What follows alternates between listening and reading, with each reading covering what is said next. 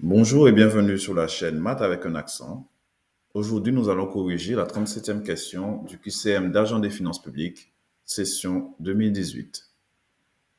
Pierre doit renouveler l'eau de son aquarium de 120 cm de longueur, 50 cm de largeur et 60 cm de hauteur.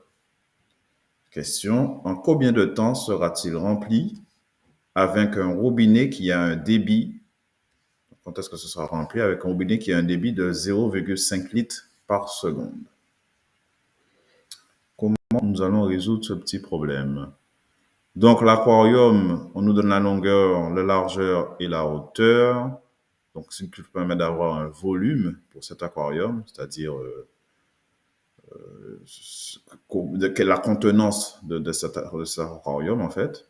On sait qu'il y a une relation entre et le volume en mètres cubes ou en centimètres cubes, enfin, avec les unités du volume et le litre. On sait qu'il faut toujours avoir ça en tête, cette relation, que 1 décimètre cube,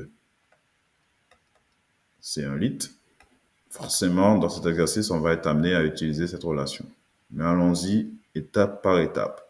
Donc, la première chose à faire, si on comprend bien le problème, c'est déterminer le volume de l'aquarium. À partir de ce volume, on pourra savoir à partir de combien de litres il sera rempli. Et une fois qu'on saura de combien de litres il sera rempli, on pourra s'occuper, sachant le débit du robinet, combien de temps qu'il nous faudra pour que cet aquarium soit rempli. J'espère avoir été clair. On va commencer. Donc, le volume ici, on va noter V, va être égal à 120, la longueur, multiplié par la largeur, 50, multiplié par la hauteur, 60. 5 fois 6, 30. Donc, ça te fait du 120 fois 30, donc 50 fois 60, ça fait donc 3000. Ce qui nous fait 3 fois 12, 36. Avec les 4 zéros derrière, ça nous fait du 360 000 centimètres cubes.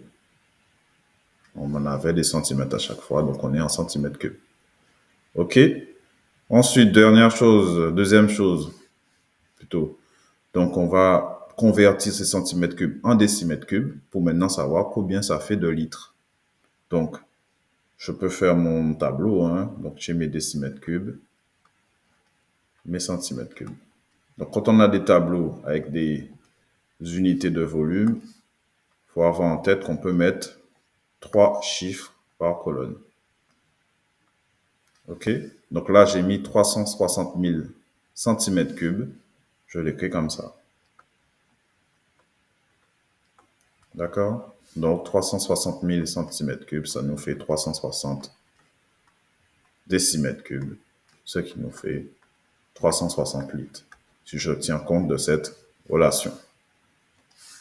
OK?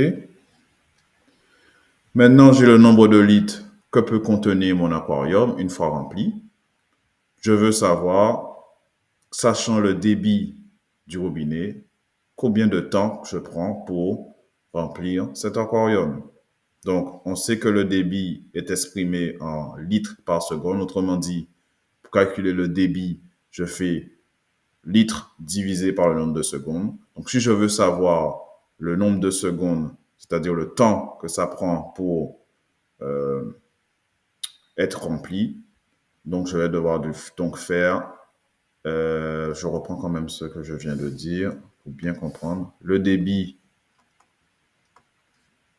c'est litres divisé par le temps, donc en secondes.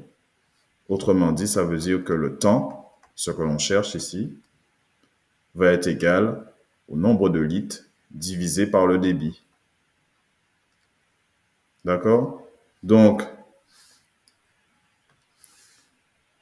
je vais donc faire comme opération 360 divisé par 0,5, ce qui revient à multiplier 360 par 2, ce qui fait 720 secondes.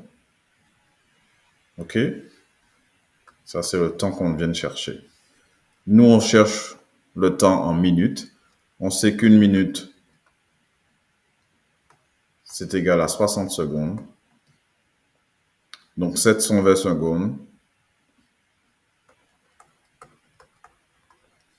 ça va être égal à combien de minutes? À 720 divisé par 60. Donc, ça nous fait quoi, ça? Soit 720, donc 720, c'est 12 fois, j'ai envie de faire diviser tout par 12, 12 fois 5 et 12 fois 6, je pense.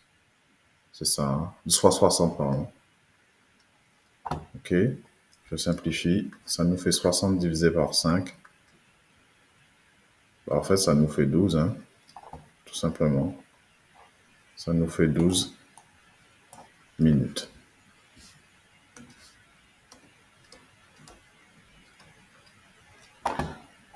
Parmi les propositions, c'était la réponse 3. OK.